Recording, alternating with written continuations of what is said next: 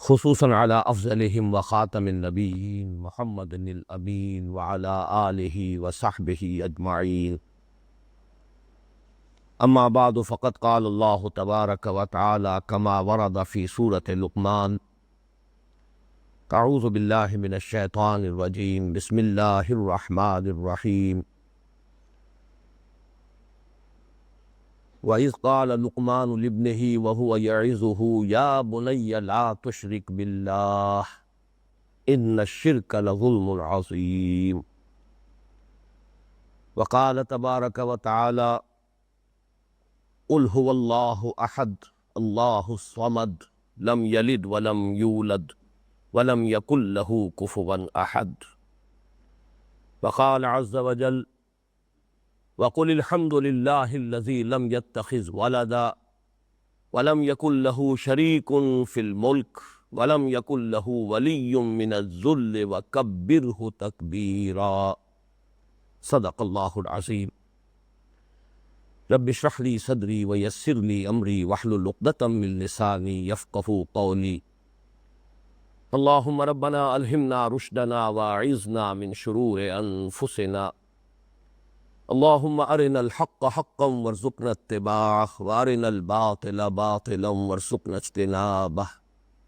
آمین یا رب العالمین. پچھلی نشست میں ہم نے مطالعہ قرآن حکیم کے جس منتخب نصاب کا ہم سلسلے وار مطالعہ کر رہے ہیں اس کے حصہ اول کے درس ثالث کی تکمیل کر لی تھی جو سورہ لقمان کے دوسرے رکوع پر مشتمل ہے. اس رکوع میں یہ آیت مبارکہ بھی وارد ہوئی تھی جس سے میں نے آج اپنی گفتگو کا آغاز کیا ہے، یعنی حضرت لقمان کی پہلی نصیحت اپنے بیٹے کو، یا بنی لا تشرک باللہ ان الشرک لظلم عظیم. اے میرے بچے اللہ کے ساتھ شرک مت کیجو. اور جیسا کہ میں نے عرض کیا تھا یہاں شیئن یا احدن محذوف ہے. یا بنی لا تشرک باللہ احدن یا بنی لا تشرک باللہ شیئن ان الشرک لظلم عظیم.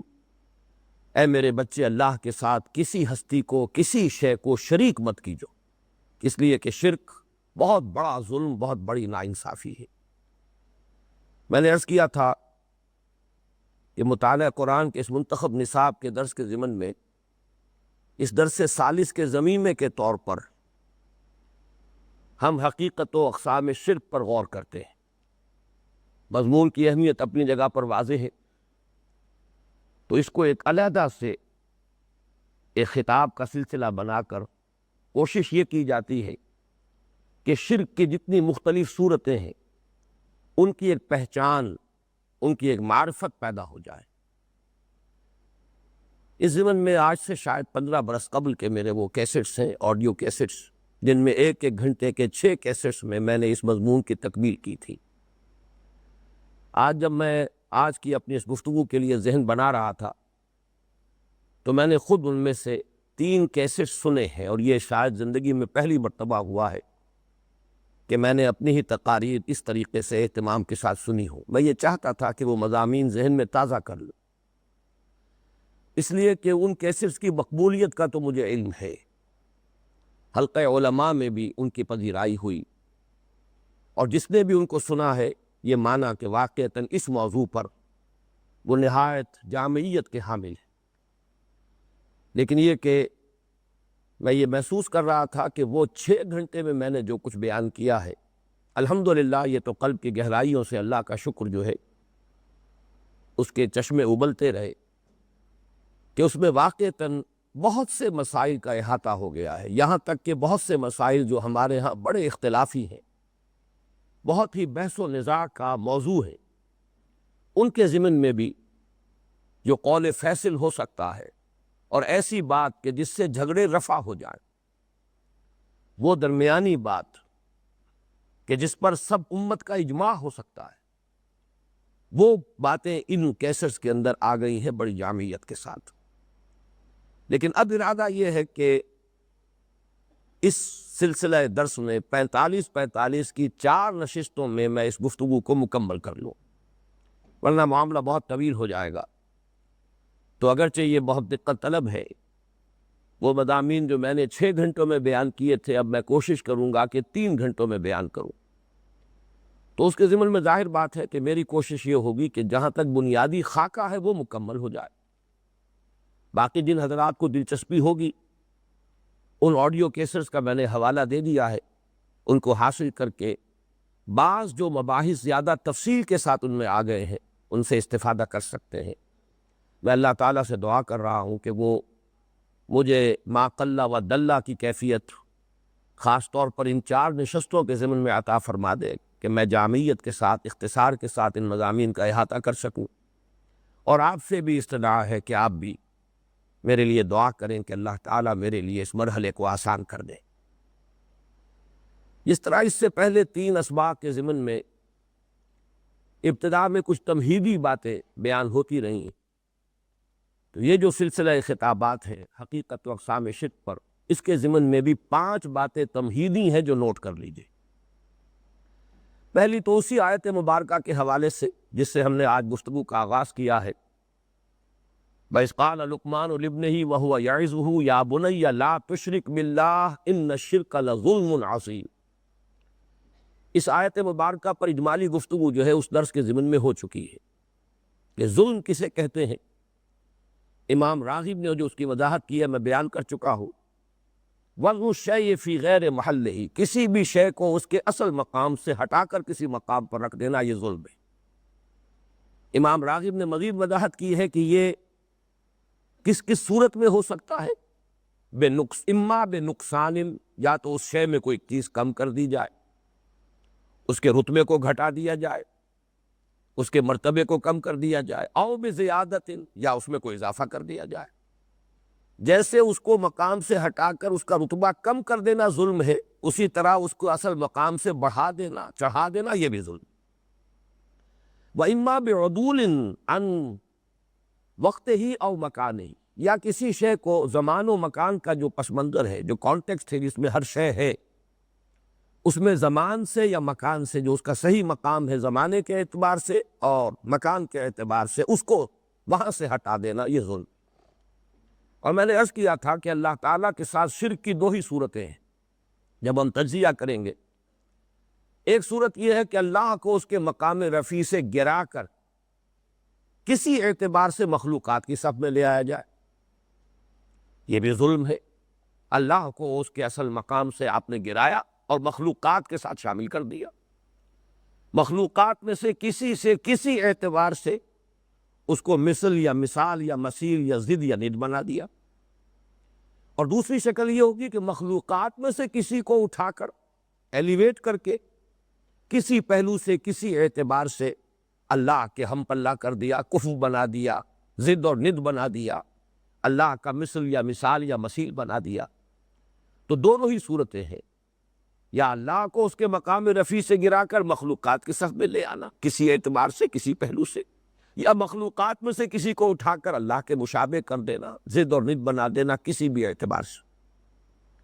اس میں ایک بات اور نوٹ کر لیجئے، اور یہ ہمارا جو درس ثانی تھا اس منتخب نصاب کا، اس کے ساتھ ایک مشابہت پیدا ہو جائے گی کہ نبی اکرم صلی اللہ علیہ وسلم نے جیسے اس آیت البر کو کوٹ کیا ایک موقع پر اپنی ایک بات کی وضاحت کے لیے، آپ اس بات کی وضاحت فرما رہے تھے کہ لوگوں یہ نہ سمجھنا کہ اپنے مال میں سے زکوٰۃ دے کر بس تم بالکل فارغ ہو جاتے ہو اور اس کے سوا تمہیں اب کچھ اور نہیں دینا۔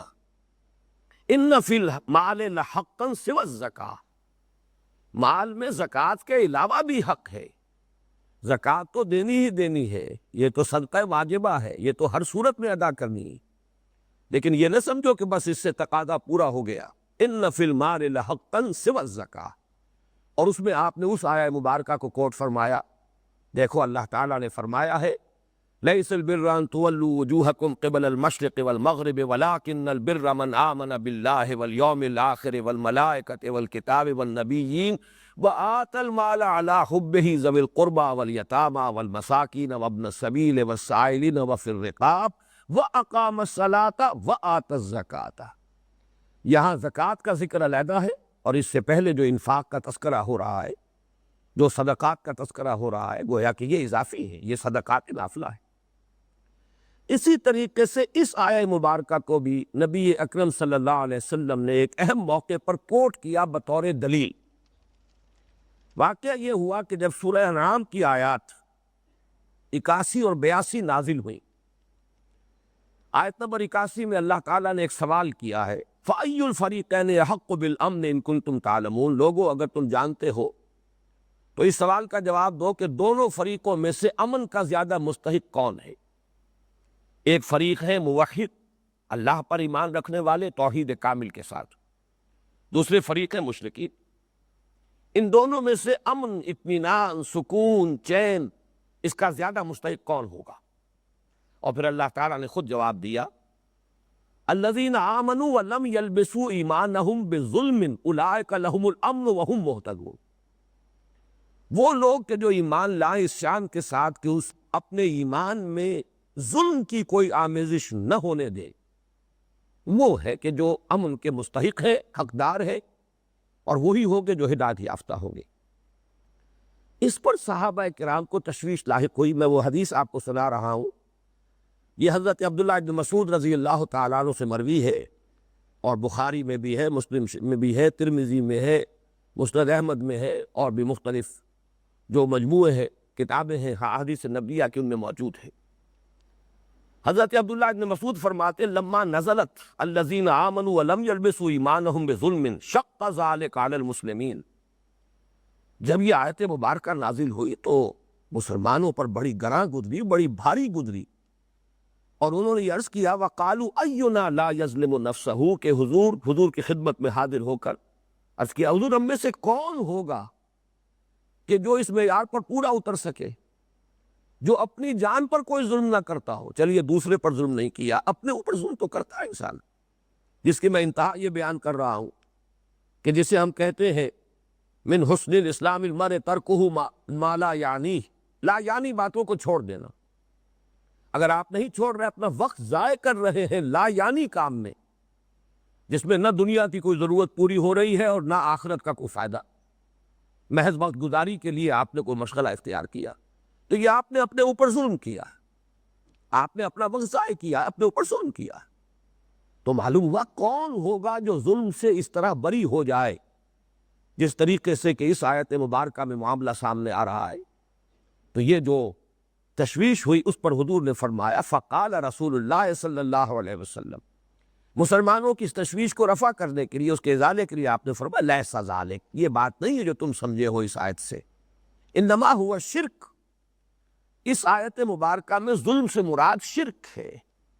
الم تسمعوا قول لقمان لابنہ، کیا تم نے وہ قرآن مجید میں جو اللہ تعالیٰ نے حضرت لقمان کی نصیحت نقل کی ہے اپنے بچے کے لیے، یا بنی لا تشرک باللہ ان الشرک لظلم عظیم، یہ ظلم عظیم شرک ہے، اور اس آیہ مبارکہ میں ظلم سے مراد شرک ہے، یعنی وہ لوگ جو ایمان لائے اور اپنے ایمان میں شرک کی کوئی آمیزش نہ ہونے دے، شرک کی کسی آلائش سے اپنے ایمان کو ملوث نہ ہونے دے، ان کے لیے امن ہے، وہ ہدایت یافتہ ہوگے۔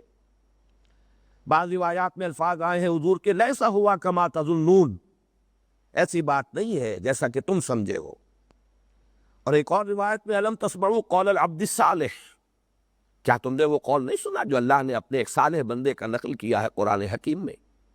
تو یہ بھی گویا کہ ایک مثال ہے کہ خود حضور صلی اللہ علیہ وسلم قرآن مجید کی وضاحت خود قرآن مجید کے ذریعے سے، یہ جو القرآن یفسر بعضہ بعضا، قرآن کا ایک حصہ دوسرے حصے کی تفسیر کرتا ہے، اور اس میں ہمارے لیے ایک تنبیہ بھی ہے کہ اگر ہم اس طریقے سے احاطہ نہ کریں قرآن مجید میں جو مضمون آ رہے ہوں مختلف جگہوں پر، ان سب کو سامنے رکھ کر رائے قائم نہ کریں گے تو بہت غلط قسم کے نتائج جو ہے ہو سکتا ہے کہ ان تک ہم پہنچ جائیں۔ اب دوسری بات، شرک کی شناعت کس درجے کی ہے ہمارے دین میں، کتنی بری شے ہے یہ۔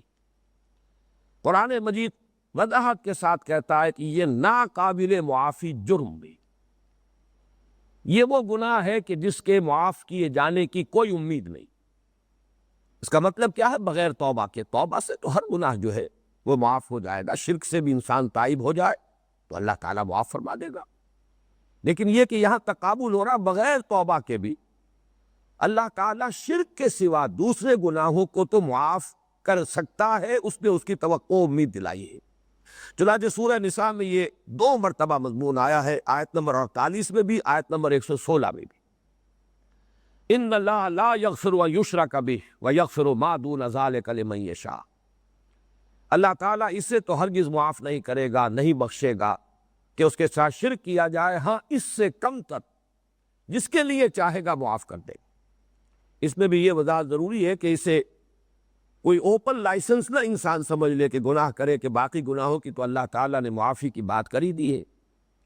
لہذا وہاں لمن یشاء، جس کو چاہے گا، یہ نہیں ہے کہ ہر ایک کے لیے ہے، یہ کوئی قاعدہ کلیہ نہیں ہے، لیکن اللہ نے تقابل صرف کیا ہے کہ بقیہ گناہ جو ہے ان کو اللہ جس کو چاہے گا معاف کر دے گا، لیکن شرک وہ گناہ ہے کہ اس کے معافی کی کوئی امید نہ رکھنا، الا یہ کہ انسان اپنی زندگی ہی کے اندر اس سے تائب ہو گیا۔ تیسری بات، اور یہ بھی در حقیقت اسی حقیقت کا ایک عکس ہے، کانورسلی سمجھیے کہ وہی بات سامنے آ رہی ہے، کہ جس طرح یہ بات سامنے آ گئی کہ اس دین میں سب سے بڑا گناہ، ناقابل معافی گناہ، ناقابل عفو جرم جو ہے وہ شرک ہے، کانورسلی یہ بات سامنے رکھیے کہ سب سے بڑی سند جو اللہ تعالیٰ کی طرف سے اس کے کسی بندے کو مل سکتی ہے وہ یہ ہے کہ میرا یہ بندہ مشرک نہیں۔ اس کی سب سے بڑی مثال یہ ہے کہ قرآن مجید میں حضرت ابراہیم علیہ السلام کا ذکر جہاں بھی آتا ہے، اب آپ نوٹ کیجئے حضرت ابراہیم کی شخصیت 3 پہلوؤں سے کس قدر عظمت کی حامل ہے۔ خلیل اللہ ہے، واتخذ اللہ ابراہیم خلیلا، سورہ نساء ہی کی آیت نمبر 125۔ اللہ تعالیٰ کے خلیل، ابو الانبیاء، ان کی نسل میں، ان کی اولاد میں کتنے نبی آئے، ان میں ہی حضرت موسیٰ علیہ السلام ہے، کتنی بڑی امت ان کی ہوئی، انہی میں سے حضرت عیسیٰ ہے، اگرچہ بن باپ کے ان کی پیدائش ہے لیکن بہرحال ماں تو تھی نا، اور ماں حضرت ابراہیم کی نسل سے حضرت مریم سلام علیہا۔ پھر سب سے بڑھ کر یہ کہ ذریت ابراہیم ہی میں محمد الرسول اللہ صلی اللہ علیہ وسلم وعلیہ الصلاۃ والسلام، تو ایک طرف خلیل اللہ، دوسری طرف ابو الانبیاء، تیسری طرف امام الناس، انی جاعلک للناس اماما۔ لیکن قرآن مجید میں، اب اس کا میں نے احصاء نہیں کیا ہے، گنتی نہیں کی ہے، لیکن بہت سے مواقع پر ہر قاری جو ہے قرآن کا اسے معلوم ہے کہ جہاں ذکر آتا ہے وَمَا كَانَ مِنَ الْمُشْرِكِينَ، ہمارا یہ بندہ مشرک نہیں تھا، گویا کہ یہ سب سے بڑی سند، سب سے بڑا ٹیسٹیمونیل، سب سے بڑا سرٹیفکیٹ ہے جو اللہ تعالیٰ کی طرف سے آقا ہو جائے۔ یہ جو دوسرے اور تیسرے نمبر پر میں نے 2 باتیں عرض کی، اب اس کا ایک منطقی نتیجہ ہے، اسے نوٹ کر لیجئے، اور یہ بہت اہم بات ہے۔ میرا مطالعہ اور میرا غور و فکر جو ہے اس کا نتیجہ یہ ہے کہ مجھے جو نظام فکر و عمل نظر آیا ہے ہمارے دین کا، اور اس کے پشت پر جو اصول کار فرما ہے، میں ان کو اس طور سے بیان کر رہا ہوں کہ خیر، بھلائی، نیکی، اچھائی جس صورت میں بھی ہو، خواہ وہ عقیدے کی ہو، نظریات کی ہو، افکار کی ہو، خیالات کی ہو، اعمال کی ہو، اخلاق کی ہو، کردار کی ہو، سیرت کی ہو، خیر، بھلائی، نیکی جو بھی ہے وہ در حقیقت توحید ہی کی کوئی فرع ہے، توحید ہی کی کرولری ہے، وہی شجرہ طیبہ ہے جس کی شاخیں ہیں۔ عقیدہ ہو، نظریات ہو، اعمال ہو، اخلاق ہو، جہاں خیر ہوگا اس کے دانے توحید سے مل جائیں گے، وہی شجرہ طیبہ ہے کہ اصلھا ثابت وفرعھا فی السماء۔ اور اس کے برعکس شر، ضلالت، کجی، گمراہی جو بھی ہو، نظریے کی، عقیدے کی، خیالات کی، نظریات کی، اعمال کی، اخلاق کی، یہ سب در حقیقت شرک ہی کی شاخیں، اس شجرہ خبیثہ کے ساتھ ان کا تعلق جڑ جائے گا، معلوم ہوگا کہ کوئی نہ کوئی کسی نہ کسی اعتبار سے ان کی بنیاد میں شرک جو ہے وہ کار فرما ہے۔ چوتھے نمبر پر اب اس تمہیدی گفتگو میں نوٹ کیجئے، اس شرک کی وسعت اور ہمہ گیری کتنی ہے از قرآن۔ جب یہ شر جو بھی ہو، بدی جو بھی ہو، کجی جو بھی ہو، کج روی جو بھی ہو، گمراہی جو بھی ہو، ضلالت جو بھی ہو، عمل کی ہو یا نظری اور عقیدے کی، وہ شرک ہی کی شاخیں ہے۔ تو اس سے منطقی نتیجہ نکلا کہ اس کی وسعت بہت ہوگی، اس کا پھیلاؤ بہت ہوگا. لیکن اس کے لیے خاص طور پر سورہ یوسف کی آیت نمبر 106 نوٹ کر لیجئے. وَمَا يُؤْمِنُ أَكْثَرُهُمْ بِاللَّهِ إِلَّا وَهُمْ مُشْرِكُونَ، یعنی ان کا تو تذکرہ چھوڑ دیجئے جو اللہ کو مانتے نہیں. اگرچہ یہ بات قابل توجہ ہے کہ میں نہیں سمجھتا کہ آج تک دنیا میں کوئی انسان گزرا ہو جو خدا کو مانتا نہ ہو. مانتا ضرور ہے ہر شخص، سارا جھگڑا اس کی صفات کا ہے. جو شخص مادے کو مانتا ہے کہ یہ سارا ظہور ہے مادے کا، اس نے گویا کہ مادے کو خدا مان لیا. البتہ یہ کہ اس کی صفات کو وہ سمجھتا ہے کہ اندھا بہرا مادہ ہے، مردہ اندھا بہرا مادہ. اس کے برعکس جو اللہ کو مانتا ہے وہ مانتا ہے کہ وہ الحی القیوم ہے، السمیع ہے، البصیر ہے، بکل شیء علیم ہے. بہرحال کسی نہ کسی کو تو ماننا پڑتا ہے. یہی بات ہے جو قرآن میں آئی ہے، افی اللہ شک فاطر السماوات والارض، کیا اللہ کے بارے میں بھی کوئی شک ممکن ہے جو آسمانوں اور زمین کا پیدا کرنے والا ہے؟ جب آسمان زمین نظر آ رہے ہیں تو کوئی تو ہے نا، آخر کوئی تو حقیقت کبریٰ ہے، کوئی تو معشوق ہے جو اس پردہ زنگاری میں چھپا ہوا ہے، کوئی تو ہے. اس اعتبار سے خدا کا انکار تو ممکن ہی نہیں ہے. سارا معاملہ آتا ہے اس کی صفات کا. بہرحال جو لوگ بھی اللہ کو مانتے ہیں، خدا کو مانتے ہیں، ان کی عظیم اکثریت کا حال یہ ہے کہ کسی نہ کسی نوع کے شرک میں بھی مبتلا ہوتے ہیں. یہ ایسا کیٹیگوریکل سٹیٹمنٹ ہے، بس سوائے اس کے کہ جنہیں اللہ بچا لے، جن پر اللہ الا من رحم ربی، سوائے ان کے جن پر اللہ کا رحم ہو جائے. وَمَا يُؤْمِنُ أَكْثَرُهُمْ بِاللَّهِ إِلَّا وَهُمْ مُشْرِكُونَ، ان کی اکثریت ایسی ہے کہ جو اللہ تعالیٰ کو مانتی تو ہے لیکن کسی نہ کسی شرک کے ساتھ. چنانچہ یہ شرک جو ہے یہ بہت سی صورتیں اختیار کرتا ہے. اس کی اقسام پر جب ہم گفتگو کریں گے تو آپ کو اندازہ ہو جائے گا کہ یہ ایک جڑ سے یہ شجرہ خبیثہ کے کیا کیا برگ و بار ہیں، کہاں کہاں اس کی رسائی ہے، کہاں کہاں اس کا ظہور ہو رہا ہے، کس کس صورت میں. وہی درخت ہے، اسی کی شاخیں بھی ہے، پتے بھی ہے، پھول بھی ہے، کانٹے بھی ہے، یہ سب کے سب در حقیقت اسی شجرہ خبیثہ کے برگ و بار. لیکن اس کے علاوہ یہ بات نوٹ کیجئے کہ یہ ہر دور میں بھیس بدلتا ہے. جیسے جیسے انسانی ذہن کا ارتقاء ہوا ہے اس نے بھی نئی شکلیں اختیار کی. جیسے جیسے انسانی تمدن کا ارتقاء ہوا ہے اس نے بھی نئی صورتیں اختیار کی. یہ نئے اداروں کی شکل میں ڈھل گیا ہے، اس نے نئے انسٹیٹیوشنز کی صورت اختیار کی. بڑا پیارا وہ شعر ہے علامہ اقبال کا جو ابلیس کی مجلس شورا میں آیا ہے کہ ہم نے خود شاہی کو پہنایا ہے جمہوری لباس، جب ذرا آدم ہوا ہے خود شناس و خود نگر. حاکمیت انسانی یہ شرک کی بدترین صورت ہے. توحید کا تقاضا ان الحکم الا للہ. فرق صرف یہی تو ہے کہ پہلے ایک انسان دعویٰ کرتا تھا، کوئی نمرود کوئی فرعون مدعی ہوتا تھا انا ربکم الاعلی، الیس لی ملک مصر، کیا یہ بادشاہت میری نہیں ہے، میرا حکم نہیں چل رہا. آج یہ ہے کہ نوع انسانی بحیثیت مجموعی پوری قوم ایک ملک کے رہنے والے اس کے مدعی بن گئے. تو مرض تو وہی ہے لیکن انسٹیٹیوشنز کی شکل بدل گئی، اداروں کی صورتیں بدل گئی. اس اعتبار سے ہر دور میں یہ نیا بھیس میں برآمد ہوتا ہے اور اس کے لیے ضرورت ہے کہ انسان میں وہ صلاحیت پیدا ہو جائے کہ بہر رنگے کے خواہی جامہ می پوش من انداز قدت رامی شناسم، کہ تم خواہ کسی بھی رنگ کا لباس پہن لو، کوئی بھی بھیس اختیار کر لو، میں تمہیں تمہارے قد سے پہچان لوں گا.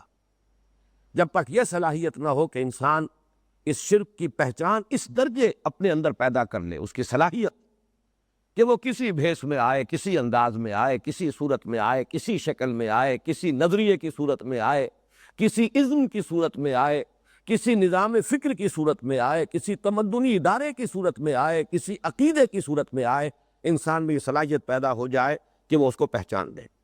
اس کی ایک دوسری بہت اہم مثال ہے، وہ انشاءاللہ جو ہماری اس سمت کی آخری بحث ہوگی اس میں تفصیل سے آئے گی. علامہ اقبال کا یہ مقام ہے کہ انہوں نے اس دور کے جو نظریاتی معبود تھے انہیں پہچانا ہے. اس لیے کہ وہ جو انہوں نے کہا ہے کہ اس دور میں اور ہے جام اور ہے جم اور، ساقی نے بنا کی روش لطف و ستم اور، تہذیب کے آزر نے ترشوائے صنم اور. ایک دور وہ تھا جب کہ کوئی آزر پتھروں سے کوئی بت جو ہے تراشتا تھا، آج کا انسان نظریات تراشتا ہے، مسلم نے بھی تعمیر کیا اپنا حرم، اور ان تازہ خداؤں میں بڑا سب سے وطن ہے، جو پیرہن اس کا ہے وہ مذہب کا کفن ہے۔ تو معلوم ہوا انسٹیٹیوشنز، نظریات، ان کے اندر بھیس بدل بدل کر یہ مرض آتا ہے، تو یہ صلاحیت ہونی چاہیے کہ انسان اس کو پہچان سکے۔ اسی چوتھی بات کے ایک ضمیمے کے طور پر یہ بات بھی نوٹ کر لیں کہ مجھے یہ یقین حاصل ہے کہ مسلمان کا خمیر جس مٹی سے اٹھا ہے، مسلمان جس نے کہ مسلمان ماں کا دودھ پیا ہے، چاہے اسے شعور حاصل نہ ہو، لیکن واقعہ یہ ہے کہ وہ شرک میں ملوث نہیں ہو سکتا جان بوجھ کر، مغالطہ ہو جائے گا، دھوکہ کھا جائے گا، پہچان نہیں پائے گا۔ یہ سبب ہوگا اس کا شرک میں ملوث ہونے کا، جان بوجھ کر شعوری طور پر کوئی مسلمان کبھی مشرک نہیں ہو سکتا، اس لیے کہ جس درجے یہ کنڈیم ہوا ہے، یہ لفظ جس درجے جو ہے قرآن میں، سنت میں، ہماری پوری روایات میں جس طریقے سے اس کی شناخت واضح کر دی گئی ہے، کیسے ممکن ہے کہ کوئی مسلمان جان بوجھ کر شرک میں مبتلا ہو جائے؟ دھوکہ کھا جائے گا، اس کو مغالطہ لگ جائے گا، نیک نیتی سے لگ جائے گا، خلوص کے ساتھ لگ جائے گا۔ اس سے بھی مزید واضح ہوا کہ بڑی اہمیت ہے اس کی کہ ہم اس کی پہچان کی وہ صلاحیت پیدا کریں کہ بہر رنگے کے خواہی جامہ میں پوش، من انداز قدت رامی شناس۔ اور مجھے امید ہے انشاءاللہ تعالی یہ 4 نشستوں میں جب یہ اقسام شرک آپ کے سامنے آئیں گی تو اس سے آپ خود محسوس کریں گے کہ وہ صلاحیت پیدا ہو جائے، اس لیے کہ مجھ پر یہ اللہ کا بڑا فضل ہوا ہے اس موضوع پر جو انشراح مجھے اللہ نے بہت پہلے عطا کیا تھا کہ بالکل الجبرا کے فارمولوں کے طور پر بات آپ کے سامنے رکھوں گا۔ اس فارمولے کو آپ جہاں اپلائی کریں گے، آپ اس سے بڑے مسائل جو ہے وہ حل کر لیں گے انشاءاللہ، بڑے سے بڑے اکنے واہ ہو جائیں گے، بڑے سے بڑے اختلافات جو ہے رفع ہوں گے اگر ان اصولوں کو انسان سمجھ لے جو بالکل الجبرا کے اور ریاضی کے جو فارمولے ہیں ان کی مشابہت کے ساتھ ہیں۔ اب آخری تمہیدی بات ہے تقسیم۔ اقسام شرک جب ہم کہہ رہے ہیں تو اس کی تقسیم کیسے ہوگی، اور حقیقت شرک بھی در حقیقت انہی اقسام کے ذیل میں منکشف ہوتی چلی جائے گی۔ لہذا ہماری اصل گفتگو جو ہے وہ اقسام شرک پر ہے، لیکن اس اقسام شرک کی تقسیم کس کس طور سے ہوئی ہے، بعض الفاظ جو ہے وہ معروف ہے، مثلا ایک شرک جلی ہے، ایک شرک خفی ہے۔ ایک کھلم کھلا نظر آ رہا ہے شرک ہے، بت سامنے رکھا ہے، کوئی شخص سجدہ کر رہا ہے کھلم کھلا۔ ایک شرک خفی ہے، انسان نماز پڑھ رہا ہے، اللہ کی نماز پڑھ رہا ہے، سورہ فاتحہ پڑھ رہا ہے، سجدہ اللہ کو کر رہا ہے، لیکن اگر دیکھتا ہے کہ کوئی مجھے دیکھ رہا ہے، میں کسی کی نگاہ میں ہوں، تو سجدہ لمبا کرتا ہے، نماز بڑا ایک ایک اس کا رکن جو ہے بڑے اطمینان کے ساتھ تعدیل ارکان کے ساتھ ادا کرنا شروع کر دیتا ہے، حالانکہ اس نے کوئی شرک نہیں کیا، نہ اس نے کوئی الفاظ ایسے منہ سے ادا کیے، نہ اس نے کوئی اور انداز ایسا اختیار کیا، لیکن یہ شرک ہو رہا ہے۔ حضور نے فرمایا یہ شرک خفی ہے، اس لیے کہ اگر یہ سجدہ اس سے پہلے وہ معمولاً کر رہا تھا 10 سیکنڈ کا، اور اب اس نے 15 منٹ جو ہے سرزمین پر ٹکائے رکھا ہے، تو اس ایک سجدے کے 2 معبود ہو گئے، تجزیہ کر لیجئے۔ 10 سیکنڈ کا سجدہ تو اللہ کے لیے جیسے پہلے تھا ویسا ہی ہے، یہ 5 منٹ کا سجدہ جو ہے یہ کس کے لیے؟ اس ایک سجدے کے 2 مسجود ہو گئے، یہ شرک خفی ہے۔ تو شرک جلی، شرک خفی، البتہ یہ نوٹ کر لیجئے شرک خفی بھی شرک ہے، یہ نہ سمجھیے وہ شرک نہیں ہے۔ فرق صرف یہ ہے کہ ایک نظر آنے والا شرک ہے، اس پر فتویٰ لگ جائے گا، کوئی عالم جو ہے کوئی مفتی فتویٰ لگائے گا کہ یہ شرک ہے۔ ایک وہ شرک ہے جس پر اگر انسان ہی متنبع ہو جائے تو ہو جائے خود، ظاہر بات ہے کسی مفتی کا فتویٰ تو اس پہ نہیں لگ سکتا۔ اس شرک خفی کے بارے میں یہاں تک فرمایا حضور نے کہ شرک خفی کا پہچاننا خود بھی انسان کے لیے اتنا مشکل ہے جتنا کسی اندھیری رات میں تاریک شب ہو اور سیاہ پتھر ہو اور اس پر ایک سیاہ چیونٹی چل رہی ہو، تو جیسے اسے دیکھنا مشکل ہے ایسے ہی شرک خفی کو پہچاننا مشکل۔ ایک دوسری تقسیم کی گئی ہے کہ ایک ہے عقیدے کا شرک، ایک ہے عمل کا شرک، شرک فی العقیدہ، شرک فی العمل۔ یہ چیزیں انشاءاللہ جب ہم اقسام شرک پر گفتگو کریں گے تو واضح ہوتی جائے گی۔ اسی کو امام ابن تیمیہ رحمۃ اللہ علیہ نے، اس لیے کہ بہرحال یہ ان کے خاص موضوعات ہیں، ان میں کوئی شک نہیں، انہوں نے اس کو کہا ہے شرک فی العقیدہ، اس کو کہا شرک فی المعرفہ، معرفت میں شرک، پہچان میں شرک، یہ علمی اور نظری شرک ہوگا۔ اور ایک ہے شرک فی الطلب، مطلوب میں شرک ہو جائے، اس لیے کہ توحید کا تقاضا یہ ہے کہ لا محبوب الا اللہ، لا مقصود الا اللہ، لا مطلوب الا اللہ۔ مطلوب حقیقی، مقصود اصلی، محبوب حقیقی اللہ کے سوا کوئی نہ ہو، تو فی الشرک فی الطلب وہ ضعف الطالب والمطلوب جو سورہ حج میں فرمایا ہے، وہ ہمارے منتخب نصاب میں آئے گا یہ درس، یہ تیسرے حصے کا تیسرا جو ہمارا حصہ ہوگا اس کا آخری درس ہوگا۔ لیکن تیسری شکل جس پر کہ ہم گفتگو کریں گے وہ ہے 3 اقسام میں شرک کو منقسم کر کے ہم سمجھنے کی کوشش کریں گے، جملہ اقسام شرک کو۔ ایک ہے شرک فی الذات، اللہ کی ذات میں کسی کو اس کا شریک کر دینا، مد مقابل بنا دینا، کفر بنا دینا، یہ بدترین شرک ہے۔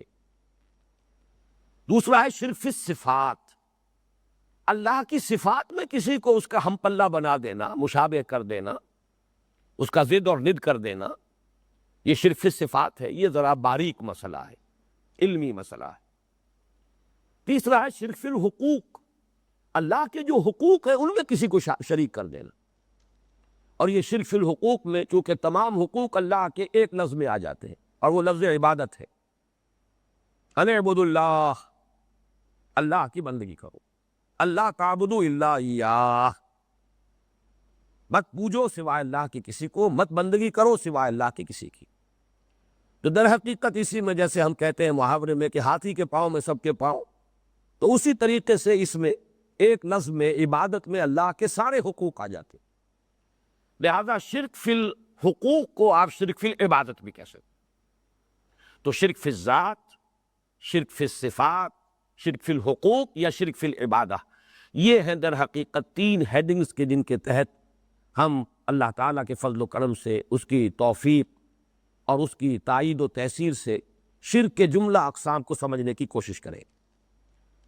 یہ تمہیدی گفتگو ختم ہوئی، اب آئیے ہم جو پہلی قسم ہے شرک فی الذات اس پر غور شروع کرتے ہیں۔ شرک فی الذات جیسا کہ میں نے عرض کیا، اللہ کی ذات میں کسی کو اس کا کفو، ہم پلہ، ضد یا ند بنا دیا،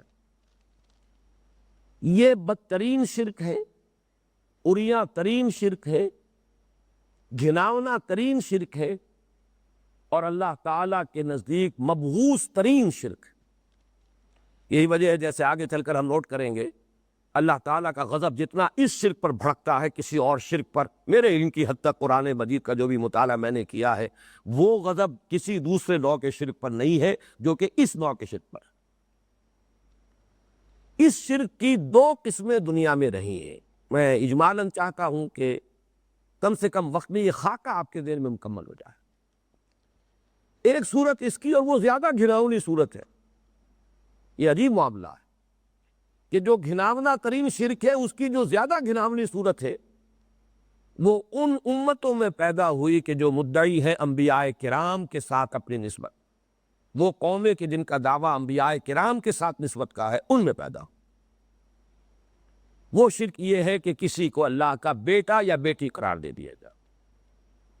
اب آپ کو معلوم ہے بیٹا یا بیٹی اولاد جو ہے وہ تو بالکل نوع ہے، ہم نوع ہوا، کفو ہوا، سید کا بیٹا سید، مغل کا بیٹا مغل، راجپوت کا بیٹا راجپوت، معلوم ہوا تو بالکل ہم پلہ برابر، شریک صحیح، بلکہ یہ کہ پنجابی زبان میں لفظ شریکہ جو استعمال ہوتا ہے وہ اسی جگہ تو استعمال ہوتا ہے، چچا تائی کے بیٹے ہیں یہی تو شریکہ ہے، اس لیے کہ باقی جو لوگ ہیں ان کے درجات کچھ اور ہوں گے، وہ اس درجے مدعی نہیں ہوتے کہ ہم امسر ہے، ہم پلہ ہے، برابر کے ہے۔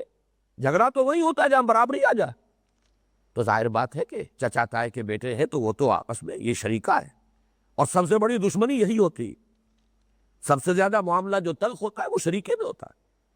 تو یہ جو ہے بدترین صورت اس لیے کہ بیٹا یا بیٹی یا اولاد جو ہے وہ در حقیقت کفر کامل ہے۔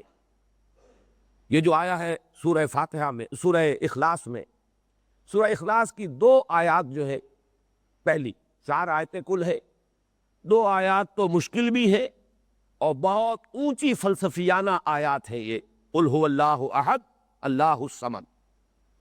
البتہ پچھلی 2 آیات جو ہے، لم یلد ولم یولد ولم یکن لہ کفوا احد، نہ اس نے کسی کو جنا نہ وہ جنا گیا، ان رشتوں سے وہ بالکل پاک ہے، منزہ ہے، اعلیٰ ہے، ارفع۔ اور اسی میں لفظ کفو آیا، اس لیے کہ اس رشتے کی بنا پر کفو ہوتا ہے کامل، یہ لفظ استعمال ہوتا تھا ہمارے ہاں شادی بیاہ کے معاملے میں کہ شادی کفو میں ہونی چاہیے، ہم پلہ لوگ ہوں، برابر کے لوگ ہوں، تبھی نباہ کا زیادہ نباہ کی توقع ہوتی ہے، امید ہوتی ہے۔ اگر فرق و تفاوت ہو تو اس میں اندیشہ ہوتا ہے کہ شاید نباہ نہ ہو سکے، ہم آہنگی نہ ہو سکے۔ تو یہ کفو جو ہے اردو میں ہم کفو کہہ دیتے، اس کی ضرورت نہیں ہے۔ عربی زبان میں کفو جو ہے یہ اس کے پورے مفہوم کو خود ادا کر دیتا۔ ہم پلہ تو ہم کہیں گے، لیکن یہ کہ کفو، اس کے ساتھ ہم کے اضافے کی ضرورت نہیں۔ تو بیٹا بیٹی جو ہے یہ تو در حقیقت کفو ہے۔ تو یہ بدترین شرک ہے، جیسا کہ میں ابھی آپ کو بتاؤں گا، اس پر جو اللہ تعالیٰ کا غضب بھڑکتا ہے اس کی مثالیں۔ لیکن پہلے یہ نوٹ کر لیجئے کہ یہ شرک کن کن اقوام میں ہوا۔ سب سے پہلے تو مشرکین عرب جو مدعی تھے حضرت ابراہیم علیہ السلام کے ساتھ اپنی نسبت کے، وہ مدعی تھے کہ ہم دین حنیفی پر ہیں، ابراہیم کے دین پر ہیں، لیکن ان کا عقیدہ کیا تھا؟ ان کی دیویاں جتنی تھیں، لات، عزیٰ، منات، یہ سب کے سب مؤنث، انہیں انہوں نے خدا کی بیٹیاں قرار دیا، بلکہ مکمل عقیدہ یہ تھا کہ یہ فرشتے ہیں اور فرشتے خدا کی بیٹیاں ہیں، ان کے نام پر ہم نے یہ دیویوں کو کہ بت بنائے ہیں، ان کو ہم پوجتے ہیں۔ یہ ان کا عقیدہ قرآن مجید میں بار بار آیا ہے، اس کی مزید تفصیل میں جانے کی ضرورت نہیں۔ اسی طریقے سے یہی شرک یہود میں پیدا ہوا، اگرچہ یہ ماننا چاہیے کہ یہود بحیثیت مجموعی اس میں مبتلا نہیں ہوئے، ایک خاص وقت میں ایک خاص ان کا طبقہ تھا کہ جو اس شرک میں ملوث ہوا، انہوں نے حضرت عزیر کو علیہ الصلاۃ والسلام اللہ کا بیٹا قرار دیا۔ وقالت یہود عزیر ابن اللہ، یہود نے یہ کہا کہ عزیر اللہ کے بیٹے۔ لیکن یہ شرک انتہائی کلائمیکس پر جو پہنچا ہے، نقطۂ عروج پر، بدترین صورت جو اس نے اختیار کی ہے وہ عیسائیوں کے ہاں۔ اس کا تو دین کا اصل الاصول ہی یہ بن گیا، اور انہوں نے وہ انتہا کی ہے کہ صراحت کے ساتھ کہتے ہیں کہ حضرت مسیح اللہ کے صلبی بیٹے ہیں، یعنی کوئی استعارہ نہیں، یہ محاورتاً ہم نہیں کہہ رہے، صلبی بیٹے۔ اسی لیے انہوں نے لفظ ولد استعمال کیا ہے۔ ابن میں اور ولد میں فرق ہے۔ یہود پر جو الزام قرآن مجید کا وہ یہ کہ انہوں نے حضرت عزیر کو ابن اللہ کہا، اور نصارہ پر دونوں الزام ہے، ابن اللہ بھی کہا، مسیح ابن اللہ، اور یہ بھی کہا کہ وہ ولد ہے اللہ کے۔ ابن کے اور ولد کے مابین ذرا ایک فرق ہے۔ ابن جو ہے یہ کسی دوسری نسبت کے اظہار کے لیے بھی لفظ استعمال ہو جاتا ہے، جیسے آپ کہتے ہیں ابن الوقت، اب یہ وقت کا بیٹا تو نہیں ہوتا نا، اس کی کیفیت ہے کہ یہ تو وقت کے تقاضوں کے مطابق بدلتے رہتے، یہ تو مرغ بعد نما ہے، ادھر کی ہوا چلے گی ادھر رخ ہو جائے گا، ادھر کی ہوا چلے گی ادھر رخ ہو جائے گا، چلو تم ادھر کو ہوا ہو جدھر کی، اپنے منفعت کو اپنے مصلحت کو دیکھتے ہیں بس، کوئی اصول نہیں، کوئی اسکروپلز نہیں، کوئی پرنسپلز نہیں۔ ابن الوقت، اب یہ ابن آگے آیا، یا ابن السبیل کہتے ہیں قرآن مجید میں 12، راستے کا بیٹا، یعنی مسافر، اس لیے کہ راستہ چل رہا ہے، وہ راستے سے اس کی نسبت ہے۔ لہذا جہاں لفظ ابن آتا ہے اس میں پھر بھی امکان ہے کسی دوسری نسبت کے وہاں بیان ہونے کا، لیکن جہاں لفظ ولد آ جائے وہاں در حقیقت یہ بدترین صورت ہے اس شرک کی، شرک فی ذات کی۔ چنانچہ جیسے کہ میں ابھی آپ کو سنا چکا ہوں سورہ اخلاص میں اسی کی نفی ہوئی، لم یلد ولم یولد ولم یکن لہ کفوا احد۔ سورہ بنی اسرائیل کی آخری آیت جو بہت عظیم خزانہ ہے، یہ بھی توحید کا عظیم خزانہ اور شرک کی نفی پر عظیم آیات میں سے۔ اگرچہ حضور صلی اللہ علیہ وسلم نے تمام آیات قرآنی کی سردار آیت الکرسی کو قرار دیا، وہ بنیادی طور پر شرک فی صفات کی آیت ہے، لیکن یہ کہ بہرحال اپنی جگہ پر وہ بھی جامع ہے، اور یہ آیت بھی بہت جامع ہے، اگرچہ آیت الکرسی سے بہت چھوٹی ہے۔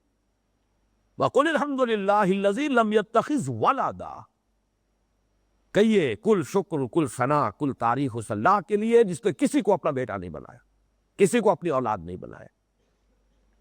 اسی طرح سورہ کہف کے آغاز میں فرمایا گیا، اب یہاں دیکھیے غضب بھڑکتا شروع ہو رہا ہے۔ سورہ بنی اسرائیل کی تو یہ آخری آیت تھی، اور سورہ کہف کا یہ آغاز ہے۔ یہ دونوں صورتیں جو قرآن مجید کے بالکل وسط میں آئی ہے، جوڑے کی شکل میں ہے، یہ در حقیقت حکمت قرآنی کے عظیم ترین خزانے ہیں قرآن مجید میں۔ اور ظاہر بات ہے حکمت کا اصل الاصول توحید ہوگا، اس کی ضد اور نفی جو ہے وہ شرک ہوگی، تو توحید اور شرک پر بھی جامع ترین صورتیں سورہ بنی اسرائیل اور سورہ کہف۔ بہرحال اس میں تفصیل میں جانے کا موقع نہیں ہے، اب نوٹ کیجئے وَيُنذِرَ الَّذِينَ قَالُوا اتَّخَذَ اللَّهُ وَلَدًا مَا لَهُم بِهِ مِنْ عِلْمٍ وَلَا لِآبَائِهِمْ كَبُرَتْ كَلِمَةً تَخْرُجُ مِنْ أَفْوَاهِهِمْ إِنْ يَقُولُونَ إِلَّا كَذِبًا فَلَعَلَّكَ بَاخِعٌ نَفْسَكَ عَلَىٰ آثَارِهِمْ إِن لَّمْ يُؤْمِنُوا بِهَٰذَا الْحَدِيثِ أَسَفًا۔ ہم نے یہ قرآن نازل کیا اپنے بندے محمد پر صلی اللہ علیہ وسلم تاکہ وہ خبردار کر دیں ان لوگوں کو جنہوں نے یہ کہا ہے کہ اللہ نے کسی کو اپنا بیٹا بنایا۔ ان کے پاس کوئی علم نہیں ہے، کوئی دلیل نہیں ہے، کوئی سند نہیں ہے، جھوٹ بول رہے ہیں، اور بڑی گستاخی کی بات ہے جو ان کے منہوں سے نکل رہی ہے۔ کبرت کلمۃ تخرج من افواہہم ان یقولون الا کذبا۔ اور اگر باز نہ آئے اور اس قرآن پر وہ ایمان نہ لائے، اپنے اس عقیدے سے تائید نہ ہوئے، فلعلک باخع نفسک علی آثارہم، تو جو نتائج نکلیں گے اس کے، اس پر شاید کہ آپ صدمے سے اپنے آپ کو ہلاک کر لیں۔